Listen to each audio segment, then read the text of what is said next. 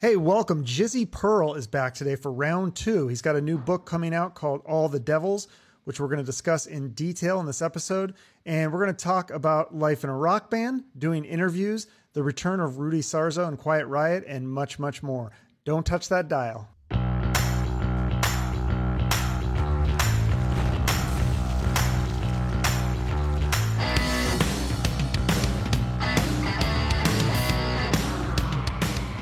Yeah, let's go. Welcome, Jizzy Pearl, to the show. How you doing, Jizzy?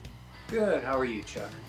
I'm great. I'm really excited to use. Hopefully, like I said, we're not going to have any technical difficulties with this one. It's been a process, but I think it's going to be for the best and should help this episode and get more clicks for you.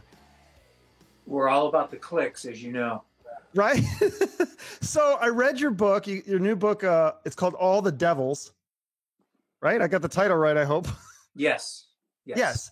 So my favorite chapter by far, not even close, was Who's Up for an Interview? Because, hey, that's what I do. I interview people. So I'm like, oh, he's like peeling back the curtain and I get to see like what these people are really thinking. And so to me, that was just so fascinating. Yeah. Well, because it's a big part of when you first start, you know what I mean? When you first get the record deal and they put you out on the road, it's like an assembly line. You go from city to city to city to radio station to radio station. You know what I mean? And it was a new thing for me to have to do, to have to be that, guy getting up every morning and telling people all about myself. You know what I mean? So, yeah, I suppose it is a little bit interesting for someone that, because basically that's what we all had to do, what I did. Right. And I think people don't realize how many interviews, like I forget that too, because I remember I've had Donnie V on the show 3 times. And the third time I said something and I realized he did not remember me at all. Like, and I was like, oh, and you said there was like people that would get mad at you for not remembering them. But I don't think we realize how many interviews you guys do. It's not just, and even today, because it's not just podcasts, it's print, it's radio. There's just way more avenues. Well, the guys that would get mad at me were the guys that thought that they were the little kings of their kingdom. You know what I mean? Mm-hmm. I'm the biggest DJ in Omaha, Nebraska. You know what I mean? So when you come to Omaha, everyone had to go kiss the ring. And when I didn't know his radio moniker, you know what I mean? They would get pissed. And I was just trying to explain to the guy, I do hundreds of these, hundreds.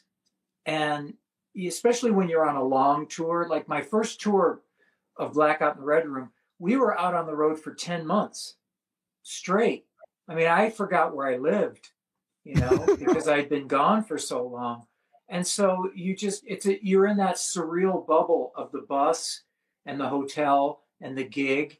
And, and you're just rolling with it. And so anyway, that guy got a little mad at me, but Oh, wait, were you guys going to fight though? Is that a little exaggerated? I would have beat him up. But like he was really that mad that he wanted to almost like fight you, well, like just because you remember? He was shamed in front of his sycophants. You know what I mean? He had a bunch of little groupies around him, and I didn't know who he was, or I'd forgotten who he was. You know what I mean? Or right. Whatever. And so he kind of thought that he would shame me, and so I had to, shame him and you know what I mean? We had to do the testosterone thing. Mm-hmm. So there's that end of the spectrum where you have someone who thinks they're the shit.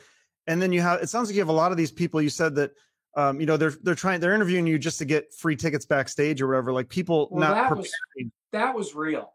That was real. Yeah. That whole thing about when I was opening up for AC/DC, we would pull into town, say Sacramento, and the tour manager would go, okay, you've got 3 or 4 interviews today, blah, blah, blah. And some of them would be legitimate radio stations or whatever.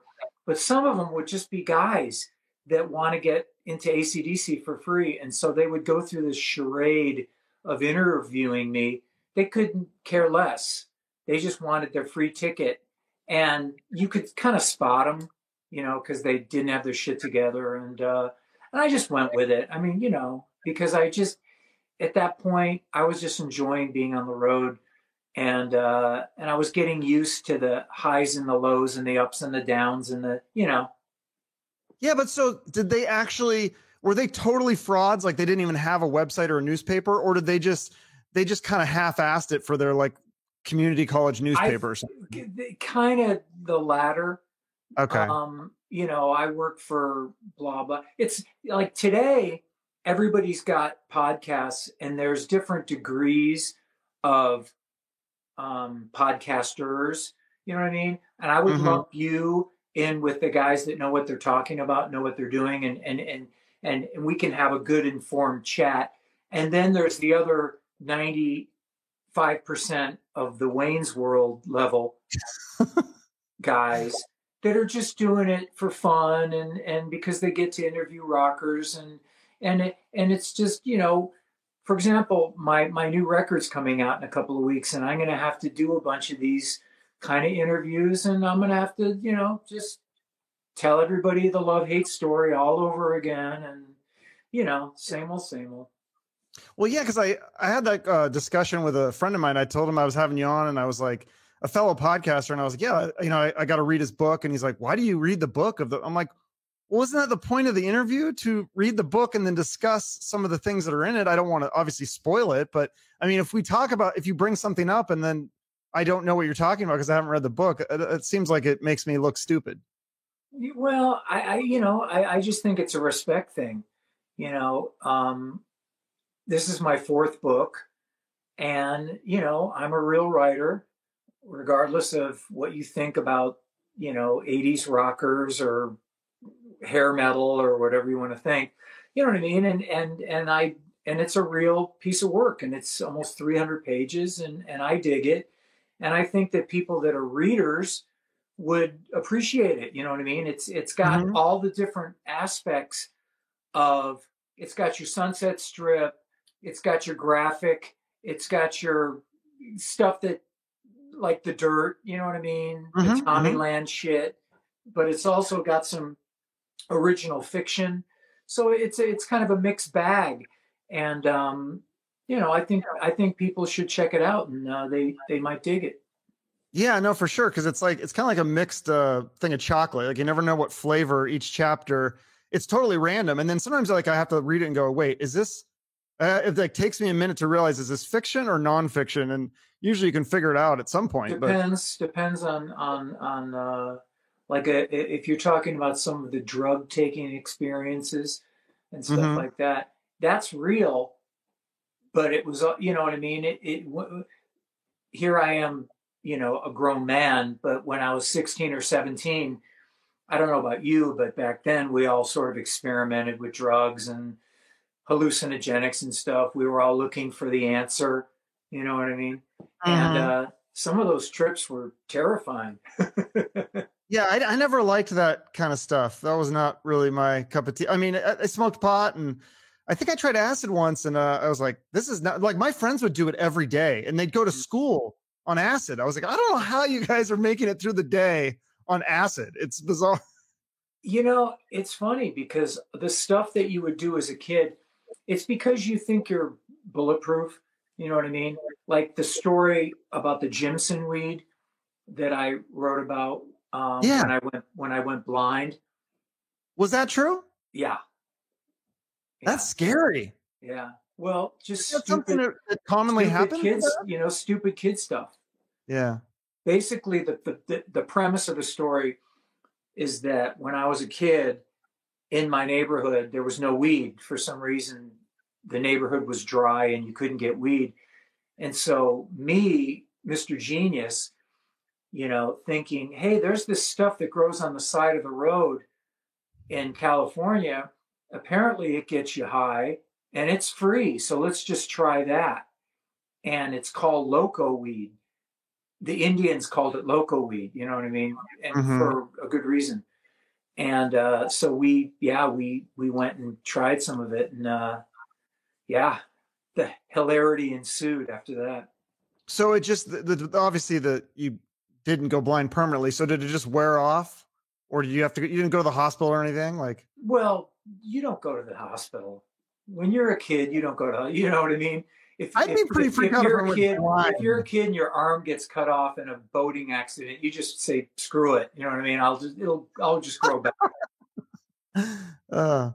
Thank God it came back. And then didn't you do peyote too? Yeah, I did. That sounds scary. I mean, look, mushrooms, peyote, acid, blah blah blah. I mean, we all in California and LA where I lived, everybody did everything. You know what I mean? And yeah, peyote was a whole different thing, and I talk about that and other stuff. But it's, of course, at the time it's terrifying, but in retrospect now you can write about it and turn it into a funny story. Right, yeah, because you definitely have a different eye with all that stuff, like all the shit. You talk about the pranks and stuff you did as a kid, like shitting in fountains and egging houses, and the big one to me was like sugar in the gas tank. I always saw that on TV, but I never knew anybody that actually did that because it really would ruin a car engine, right? Oh, it works. That's scary. It totally works. Yeah, it's that was usually reserved for rich kids that for some reason pissed you off at lunch. You know what I mean? Yeah. Shamed you in front of a bunch of your friends and stuff like that. So that was usually reserved for daddy's Mercedes. That's the ultimate revenge. Like, that's crazy though. So do you look back on that and you go, those kids, like, do you still say those kids deserved it? Or you go, maybe I should have handled this differently? No, I look back on the stuff I did when I was a kid and I just can't believe that I survived unscathed. You know what I mean? The stupid shit every kid does. I mean, remember streaking, or is that before your time? Yeah, no, we never did that. That's crazy. Well, I heard about that. Yeah, we did that. A friend of mine thought that he was going to be really cool, and he decided he was going to streak our lunch at our school. And he came in riding a motorcycle naked with a big long scarf, and he was just going to, blow everyone's mind. And the scarf got stuck in the fucking chains of the motorcycle. Oh shit. Yeah. So that was not a good day for him. Yeah, you can't some of the shit you can't do, like, because I think back in the day they look at streaking, they kind of laugh, oh okay, it's silly kids. But now I think you'd be like labeled a sex offender and you have to register as a sex offender. I mean, if I hung on the Hollywood sign today, I'd probably be tased.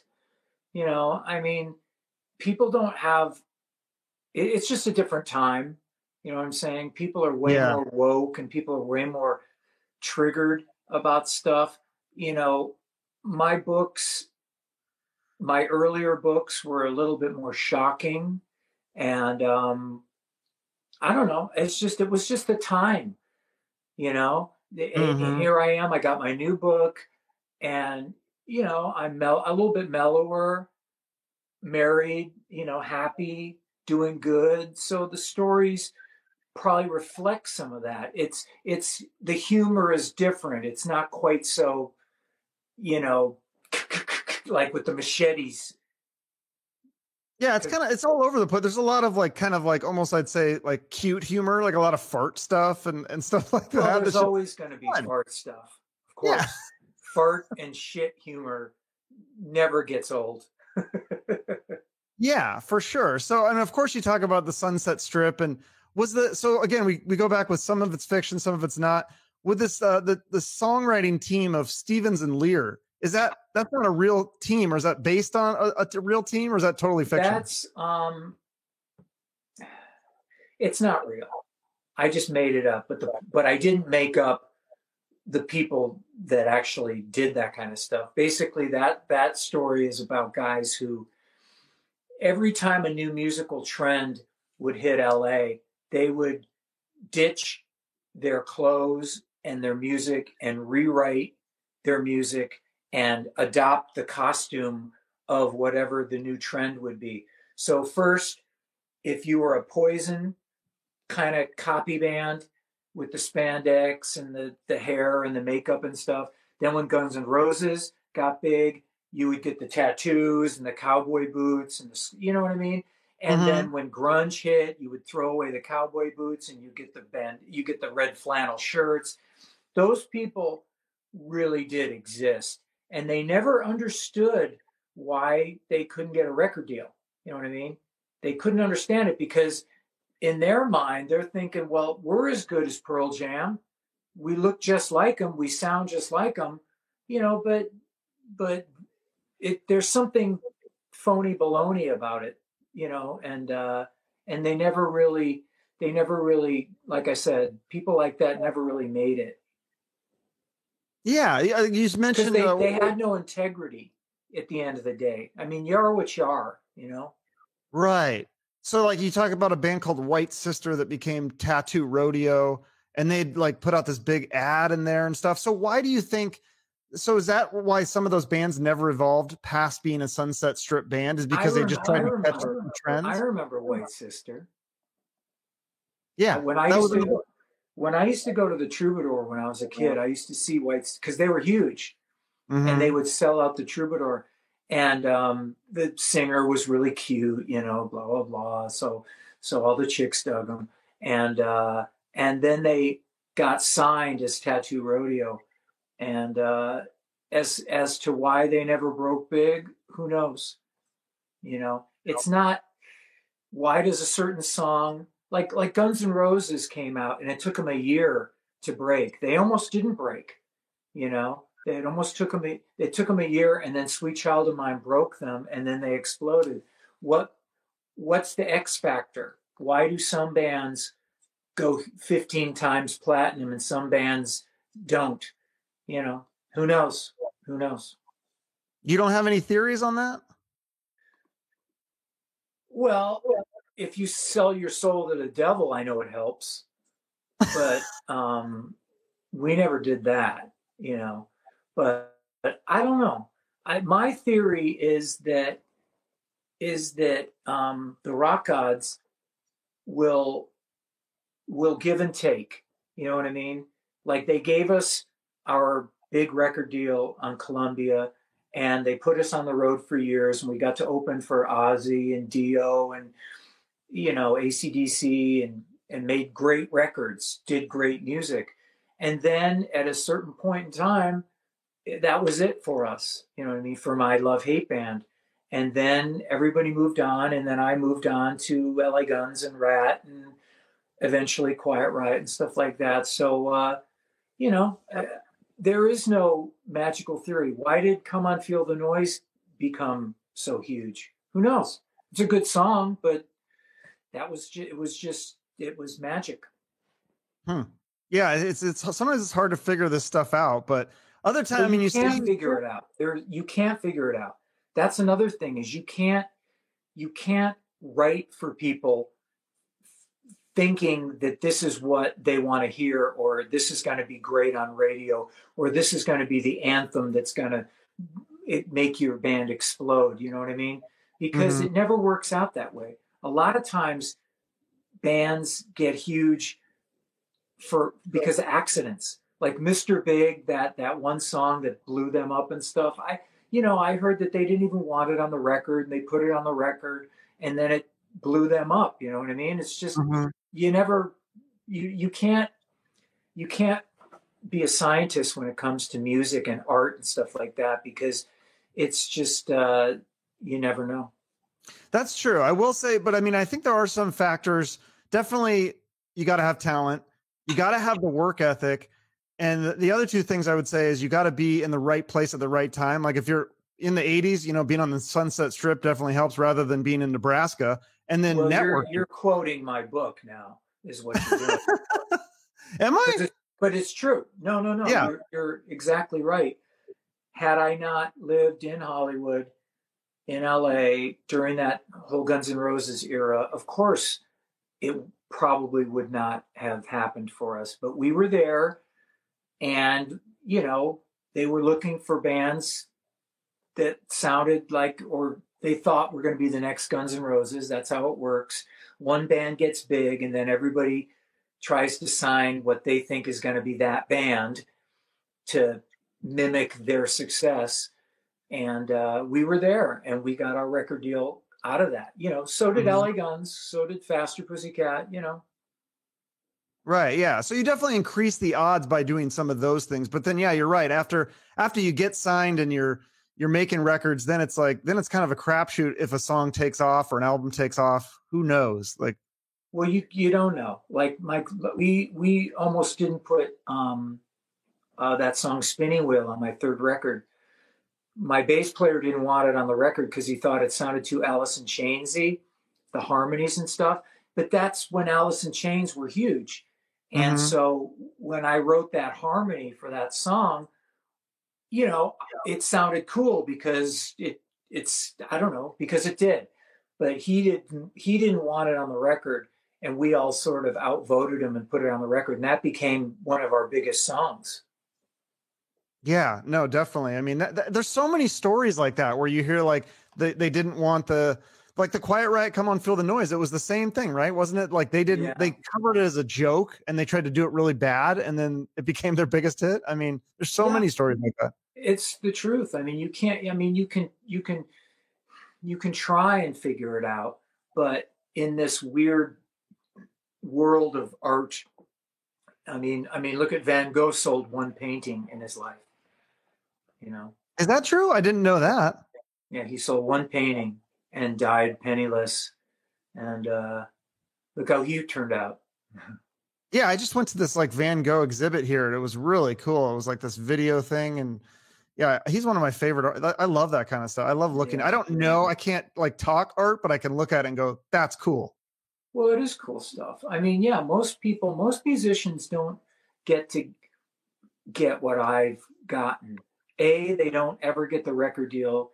They don't ever get the hammer of the gods that comes with that record deal. You know what I mean? They don't get to be on a bus. They don't get to open up for their favorite bands. They don't get to meet people that they've loved for years, like Brian May of Queen or Robin Zander or Steven Tyler. You know what I mean?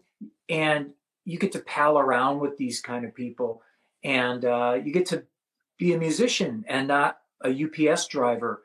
You know, you get to do the real fantasy stuff.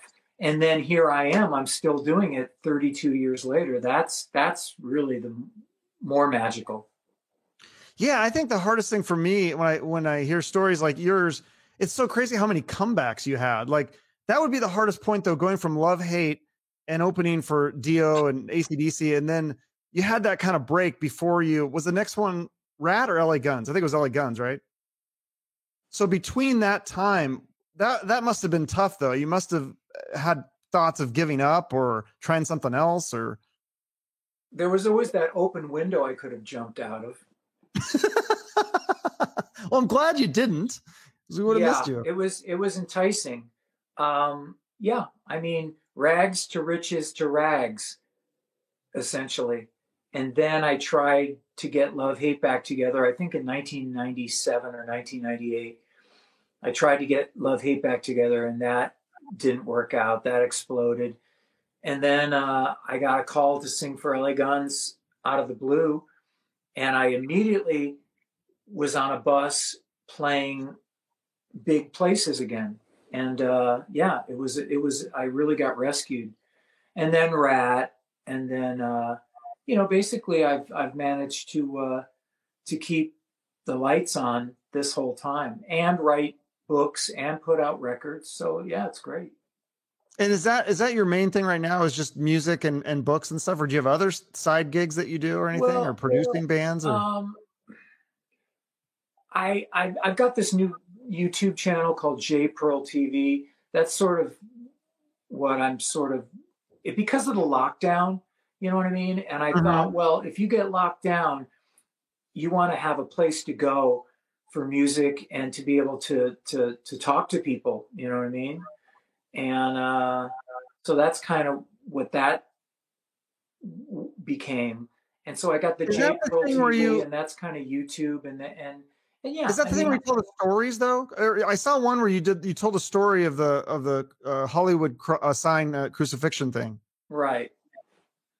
Yeah, my humorous anecdotes.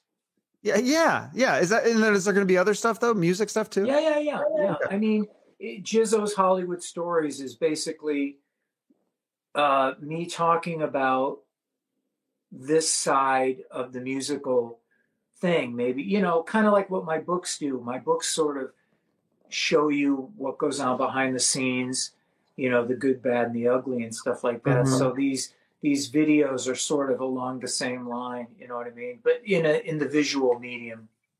Yeah. So you talk about behind the scenes. One of your chapters, actually, I think it's the first chapter, was the G word, the groupies. So explain to me what that's always weird for me to, because I think there's this like glamorized thing of that people always go, oh, he's a rock star. He has all these groupies, but there's got to be sometimes where that's kind of awkward, where it's a girl that, like, I guess that's where the drugs and alcohol come in. Then that makes it less awkward, right? Well, what that story is built around are girls that partied in the 80s and, were playing it pretty fast and loose. Mm-hmm. And now 20 years later, they're trophy wives. You know what I mean? And their husbands don't know about their past. You know what I mean? They just know that these chicks are hot and they buy the fake boobs and the fake lips. And you know what I mean? The Housewives of Beverly Hills sort of look. But these girls have a lurid past when they were, like I said, hanging out with bands and doing the dirty. So yeah, the whole premise of the story is one of the girls picks up one of my books and reads, and I sort of out them as being, G words. Right. The G word. I love that.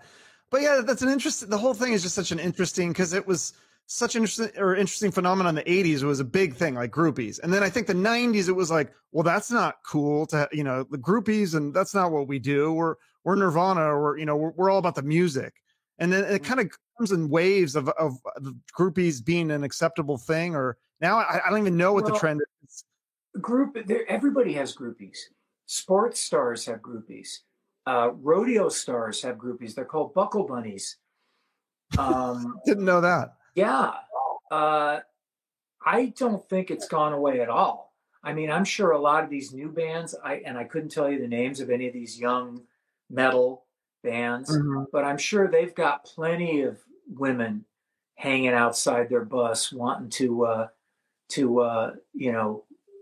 get down and dirty. But I can just tell you from personal experience that back in the day, before the internet and before message boards and especially, women message boards, you could get away with murder. I mean, you could get away with a lot of crazy shenanigans.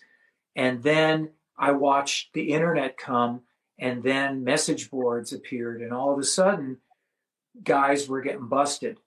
You know what I mean? Because these of the network of these message boards and stuff like that. So yeah, I mean, I can't speak for everyone else, but I mean, obviously I'm married now, and these days, it's like Minority Report. If you even look at a girl, there's some alarm going off in my house. So it's just. But you like that better now? Because I mean, I feel like a lot of people I talk to when I do these interviews, they get kind of burned out on that whole lifestyle, the sex, drugs, and the rock and roll stuff. And like, I think you're sober 3 years now, right? Yeah.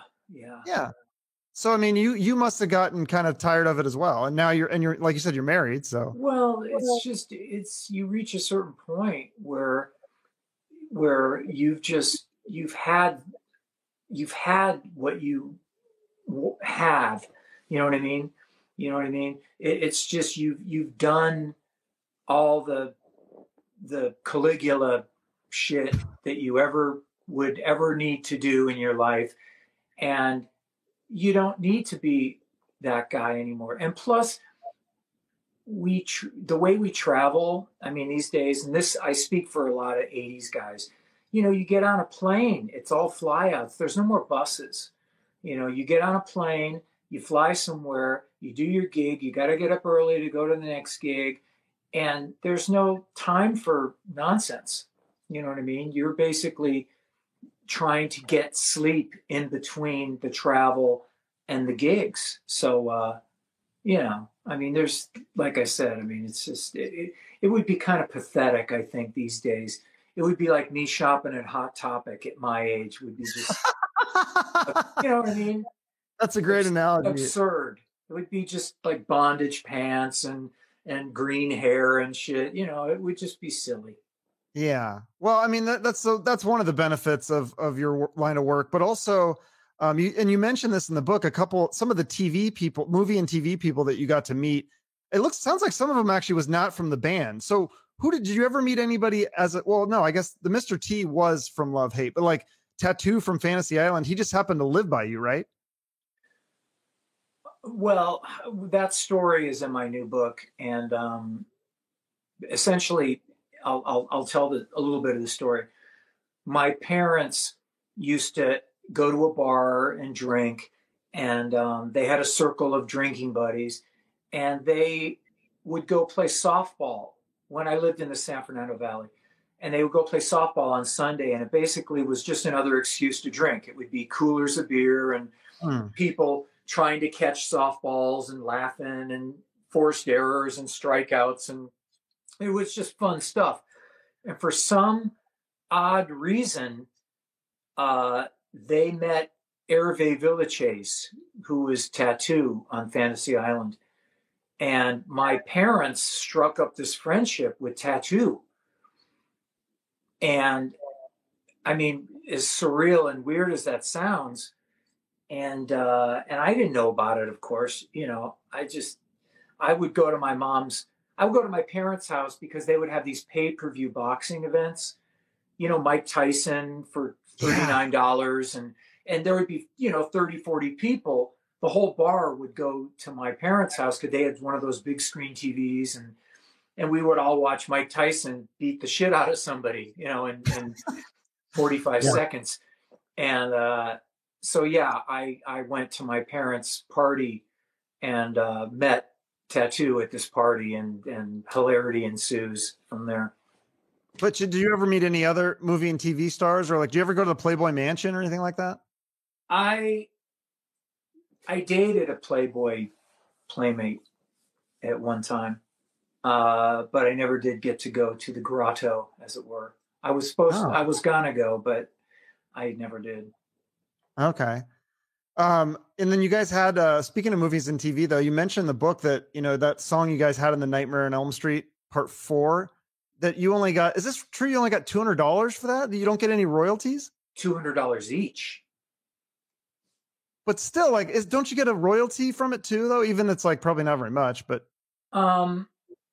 At the time, this is before we got our record deal, and me getting in that movie was a big deal, and me getting $200 was like winning the lottery, because I was poor. I mean, I had no money, I had no car, and we were just.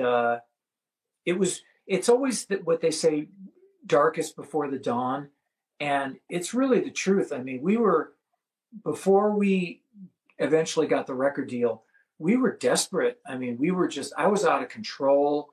I was just, because everyone else were getting record deals, and you start to really question what's going on, what's right and what's wrong and stuff, because I always thought we were really good, and then, we got the record deal, but the whole Nightmare on Elm Street, we were working with some guy that worked at New Line Cinema. And we were also in this movie, one of those Critters movies. Do you remember Critters? Yeah. With those little balls that would attack people. I always confuse that one with Ghoulies. We were in Critters 2 for some of our music was in that soundtrack. And I remember going to the premiere of Critters 2, and it was, But at the time. Are you a horror movie fan? Yeah, I am, but at the time you would have thought that I was in Apocalypse Now. Such was my pride. I can't believe I'm in this movie. It's called Critters, which is like pretty cool. Well, I would have rather been in Phantasm, to be quite honest. I mean, remember Phantasm? Which one is that? Why am I? The one with the tall guy and the I'm ball drawing a that flew blank. around and It's an oh, 80s come on. movie? Google it, dude. Come Oh, on. I'm gonna have to watch that then. Yeah, I'm drawing a blank on that one for some it's reason. a great movie. Have you seen It's any recent good horror movies lately? I like the Insidious ones. Yeah. I like those, and the Conjuring ones. I like those. Um, you know, I like Dune. I thought that was good. That's not really a horror movie, but Yeah. we I just watched Succession on HBO, and Yellowstone is great. And now I'm watching 1883. That's great. What's that one? 1880. I haven't heard of that. It's a prequel to Yellowstone. Oh, It's really okay. Yeah, I good. need to finish Yellow. We're like only a few episodes in, but Yeah, yeah, it's good. It's a good show. But and then you mentioned Tarantino. There's a chapter about him. So are you a big Tarantino fan? Because I'm a I huge am. fan. What's your favorite Tarantino movie? Uh, I like Pulp Fiction, but I like Inglorious Bastards. I think that's Ooh, my favorite. It's so that well is a done. great one. I mean, Yeah. that guy is so amazing. That's like the story I wrote based on that Tarantino movie, which is really an original story. If you, I won't give it away, but Yeah. it's killer because everybody knows Pulp Fiction. I mean, everybody's watched Right. it so many times that they'll know what I'm talking about when I reference the movie. Yeah, no, that's a great one. I love to. It's sad that he's, I guess, retired. I just don't buy that I don't understand that. If like for you with music, it'd be like you saying just like, well, I'm just not gonna make any music anymore. I'm never gonna sing again. I mean, isn't that's your life? Like that's what you would, even if you had to get a different job, you'd still do music on the side because you love it, right? I I would, but the older us guys get, the harder it is to keep, that standard of Mhm. excellence. Being a songwriter, it's easy for me to still do, you know what I mean? Because I still have that bullshit meter in my head of this is a good song and this isn't good enough to make the cut and stuff like that. So I'm good that way. But there's other guys that are getting older now that can't really do it anymore. And I don't want to mention their names because they're idols of mine, but they're just, Mhm. I mean, they're in their 70s and they just can't, they're not the same physically able to do what but they still do it. And everybody, still goes and appreciates it. And they all, sort of understand that they're seeing a legend and, they're getting what they're getting. See, I always thought like when you get older like that, maybe you're not as good at your craft. Couldn't you help somebody else who's up and coming and like mentor them or work together with them, like produce or something? I always thought like that would be a better role. But like if Tarantino doesn't want to write any more screenplays or make any more movies, okay, fine. But maybe he could produce some stuff and help an up and coming director and writer. He could, or maybe he could just say, screw them, and I want to go live in my mansion gold and enjoy the rest of my life. I mean, he's worked his ass off. Anybody that's Yeah. really successful in this business, works their ass off. I mean, you don't see the work ethic. You only see the bad YouTubes of people that don't have their shit together. You know what I mean? Like guys like me, you're not seeing the 3 miles I ran this morning. You're not seeing the rehearsal that I do, and that's what it takes because people these days, want excellence. You know what I mean? They don't Mm-hmm. they don't suffer fools, and I have a very strong work ethic as far as giving people, what they expect. When, like, for example, QR, those vocals are hard. They're not easy, and so Yeah. we gotta, you gotta bust ass to stay, especially when you're doing 2 or 3 or 4 gigs in a row, and You know what I mean? You gotta really keep it together. And people are going to see Rudy Sarzo now, you know, because he's back in the band, and they're going to get to see Rudy Sarzo because he looks the same as he did back in the 80s. You know, he's like this magical being that hasn't aged one bit. I mean, they're going to get to see Rudy doing what Rudy does. You know what I mean? If you've got it in your head, you've seen those videos and you dug those videos, you're going to get to see that guy, you know, because he kicks ass. And he, like I said, he's ageless.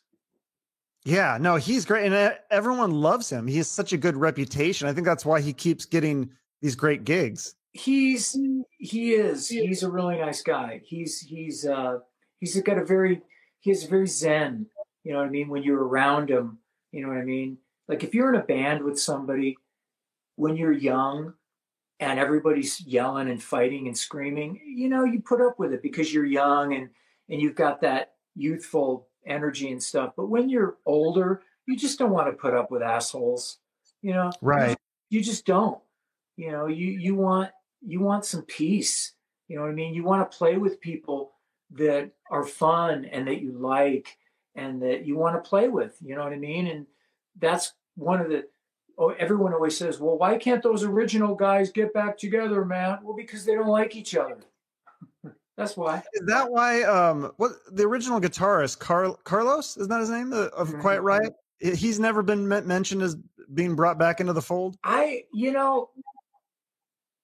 don't think that he wants to do the travel and the gigging. You know what I mean? He's got his lifestyle and obviously he's got money. And I think he just wants to do what he wants to do. He wants to work on his cars and he wants to have a good life. And, you know, it's like I said, I mean, it's not the easiest. It's compared to being a plumber, our job is really easy, but the travel and going from airport to airport and rushing around and you know, it can get tiring at times, but it's also a lot of fun. But, you know, maybe he just doesn't want to get his feet wet like he did before. Yeah, no, for sure. I would think the traveling would be really stressful, even though, like you said, you're doing the fly-in gig, so you're not on a tour bus. That sounds way worse to be stuck on a bus. And I don't know how you guys would kill each other. Being on a tour bus is better. You don't get sick of each other, though? Well, of course you get sick of each other. Yeah, because was it you that I had this discussion with where you said, like, I thought it was you that said, like, somebody could brush their teeth the wrong way on a tour bus and it could annoy you. The thing about a tour bus that's great is that you can go to bed and wake up in the next city. And some people can't sleep in the bunks because they're kind of coffin-like. But it's really easy for me. I can just open up a book, put my earplug in, close the curtain, bajoonk. You know, it's like an alien when they're sleeping for 50 years and then they open up that thing and and I love it. I love it. You wake up in the morning, the bus is rolling, you get your cup of coffee, you're watching the landscape go by. It's really awesome. You know what I mean? But so you're not going to do any tour bus? Like you wouldn't rent a bus for like a 2-week run or something like that? Or it's just kind of not the way that guys like us do it anymore. You know what I mean? It's just more feasible to do it with flying out. You know, buses are really, they're expensive.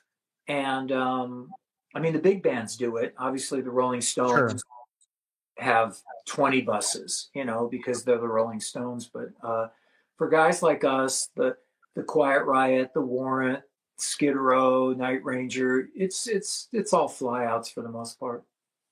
This is a weird question. How do you fly out with the drums though? Isn't that hard to how do you do that?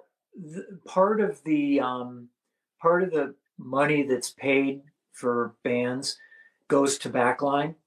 You know what I mean? So you show up at wherever you're playing, a club or an arena, and there's backline there. And so, you don't have to, amps also. I mean, we don't bring our own amps. We just bring guitars. So they bring the drums Yeah. So it's not the drummer's drum kit. No. Okay. They at least get the drum head though, or they have a decal or something they can put on Well, you the can drum. put a decal on the drum. That sort of gives everyone the illusion that it is your drum kit, but it wouldn't make to bring your own drums. Obviously, would make sense if you're flying. You know, I would just think that as a drummer, I mean, drums are such a complicated instrument with like, you want certain things to, I mean, it's gotta be hard to get used to someone else's kit, isn't it? well, you just you take the time. Like Johnny Kelly is our drummer in Quiet Riot, Yeah. and he fixes the drums. He makes them. He adjusts everything and tightens everything down and makes it, something playable for him. That's sort of makes it his kit. Yeah. I guess as long as they don't complain, I guess I mean, like you said, He it's going to save a lot of money. Oh, that's great. Well, I got to ask you too about you bring up social media a lot. I noticed that's in the book. That's definitely a theme. And like the Snapchat filters, you mentioned you make fun of that, and like the bunny ears and stuff. I don't know if that's still as big of a thing. I know a few years ago though, all my friends were on the dating apps. Did you ever go on the dating apps? Because they said every picture on the dating apps was a girl with bunny ears or dog ears. I never had to go on the dating apps because I was married. You know what I mean? How long have you been married? 7 years. Okay, yeah. So I better be right because my wife will kill me. I believe it's. So you missed out on the dating app thing because that's like a big thing. That's it seems to be how everybody meets now. Maybe so, but one of my stories in this new book is about the beauty apps. That whole thing about when women take those filters and it, you know what I mean? It turns their face into like a lacquered punch bowl. It's got no definition whatsoever, and they're just it's kind of instant Botox. Yeah, it's weird where our society is headed with that. And then you have a story about this guy, it affects guys too, because this guy gets obsessed with this YouTube girl. And it's like we're so disconnected. And now I don't know if you're familiar with the whole metaverse thing that's coming around. They're talking about like it's going to be virtual reality. And I just feel like we're getting more and more disconnected in some ways. In other ways, it's cool because we can do, a podcast like this without being in the same room. But it is kind of concerning, right? If you're interested, go rent this movie or go watch this movie called Surrogates with Bruce Willis. Yes. I was just going to mention that. Yeah, that's exactly where I feel like we're headed. That's where we are headed, unfortunately. Yeah. It's like I mentioned that on another episode where, Bruce Willis, everyone's like, they're ugly and they're fat and they're out of shape, but then they have this surrogate that's really handsome or good looking and goes out into the world and does their job. And they're just sitting at a computer the whole movie. It's crazy. And I feel like that might be where we're headed. Yeah, that's what I think where we're going, because it just seems like everybody's what with the lockdown and stuff like that. I think it reinforced some bad behavior in people. You know what I mean? It gets harder to want to be healthy. It gets, you know what I mean? Because you're just thinking, well, screw it. I mean, no one's going to see me anyway. Who cares? And blah blah blah. So it's a bummer. It's a bummer. People don't. I mean, I'm just as guilty. I mean, I do a lot of dumb things on social media, just like everyone else. But I come from a different time where, like, for example, kids growing up these days, the ones that are just, addicted to their phones and they can't get off their phones, and they, it's fucking with their social interactions, and they don't know how to have relationships now. You know what I mean? Because they've got the phone, and the phone is instant gratification, and it's I don't know. I shudder to think what kids are going to be like, in 10 years. I mean, true weirdos. Yeah, I mean, they're definitely lacking some of those social skills. And then with the pandemic, like you said, there was a lot of schools locked down where kids did not have any face-to-face contact with other kids. Yeah. And then they, if they have got the masks on, they're not being able to read people's emotions. That's a whole nother thing, that the thing with the mask, because when we wear masks, like if I'm at the airport, everyone's wearing masks or something like that. I I think of it different, but if a child is wearing a mask 8 hours a day for a long time, it's probably doing a thing to their head. You know what I mean? Mm-hmm. Yeah, It's a bummer. It's the whole thing has been a total bummer, and now, you know, we're opening up and touring and stuff like that. So I just, I have hope that people will still go to concerts and still go see live music and embrace the stuff that they used to dig, and not just sit and watch Netflix, and eat Cheetos all day. yeah. Well, I love both. I love concerts and I love those Netflix too. And you But love Cheetos. yeah, my grandpa loved Cheetos. I haven't had a Cheeto in a long time. I remember the cheese balls, like the Planters ones. Those were so good. No, You probably Cheetos. got a Cheetos is stoner food. yeah, That's Cheetos. yeah. Cheetos is like a large Dr. Pepper and a bag of Cheetos, and you would just be, you know, What's your guilty pleasure now for food? mm, God, uh, just normal shit, cookies or wheat thins or weird stuff like that. But I try and stay healthy. We're about to embark on this 2022 tour, and there's a lot of shows. I mean, a lot of shows. So I have to get myself ready for the travel and the the gigging. Yeah, you got to be in shape, and then like you said, your voice, you got to practice with that and rehearse. And so you said it's harder. The more days you do, the harder it gets. So is that why some No, of the for bands me, only do- actually, it's the reverse. The more days I really? do, the easier it gets. I don't know why. Okay. It's weird, but I'm one of those guys that can sing 3, 4, 5, 6 days in a row, and I actually sound just as good, if not better. Yeah, because I noticed like with the Motley Crue Stadium tour, I don't think they do more than 3 days in a row. And then there's the news article that came out just a couple days ago how they were concerned that the tour might be canceled again because Vince Neil scheduled like a solo date in between the shows. So it's a little concerning. Yeah, I won't. The thing about that stadium tour is that, and I shouldn't go into it, but Yes, you should. You should.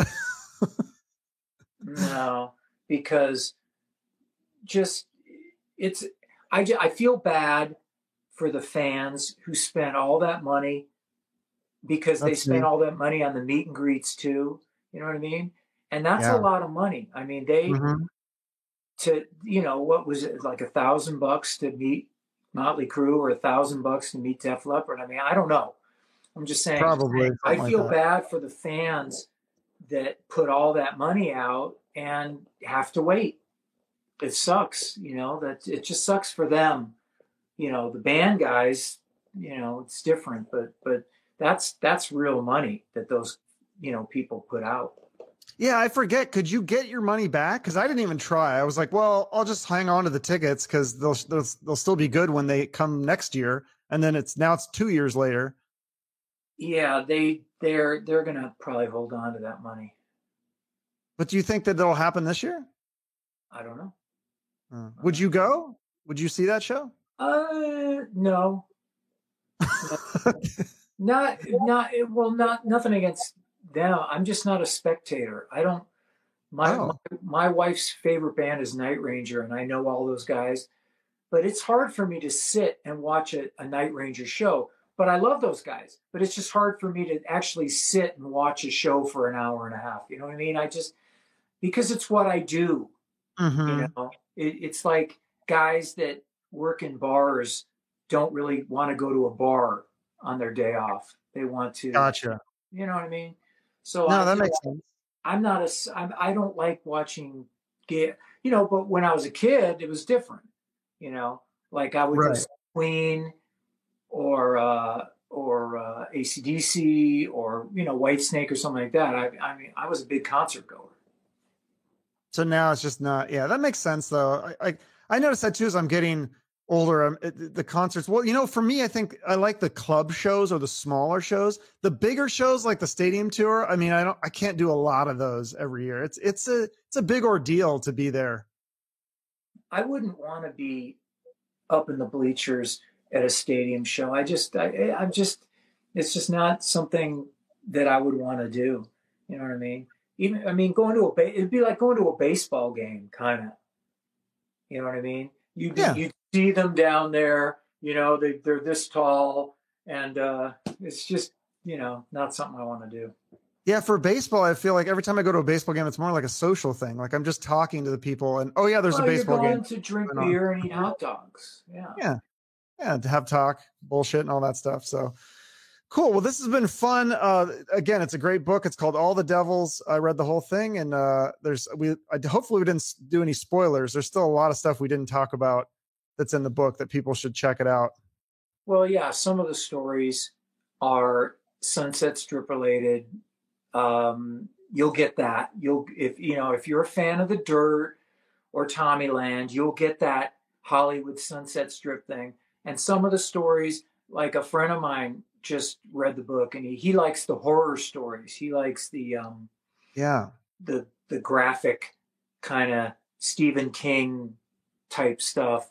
And there's some of that in there. And there's some reminiscences of when I was a kid growing up in the Valley, and funny stories of youth and partying, and anybody growing up will probably identify with those. So, it's kind of a mixed bag. Yep. Cool. I'll put the link in the show notes. And then also, I think the last time you were on, you promoted the Salvation Army as a charity. So if people have a few extra bucks, they can throw it that way. And anything else you want to promote? A Quiet Riot, of course, is going to be on tour. Yeah, well, I would say, jizzypearl.net is where I sell the book. And JPearl TV, that's my YouTube channel if you guys want to see me act out. Because I have all that love-hate music too on my YouTube site, because people have been bitching about my Spotify stuff. Why don't you put stuff? Because Spotify is kind of a whole different animal. So I just put it all up on my YouTube channel. So if people want to listen to all my love-hate records and my solo records and stuff like that, they can listen to them there. Thank you to Jizzy once again. The book is called All the Devils. And Jizzy also has a new solo record coming out soon on Golden Robot Records, so look for that. Quiet Riot is going to be hitting the road, so check the website for tour dates. And if you enjoyed this episode, you can check out the other interview I did with Jizzy. It's episode number 161. Or check out some of my other interviews. I have over 200 episodes of the show. And if you like the show, make sure to subscribe and follow the show on social media to keep up with future episodes. Thank you so much for listening. Have a great rest of your day, and remember to shoot for the moon.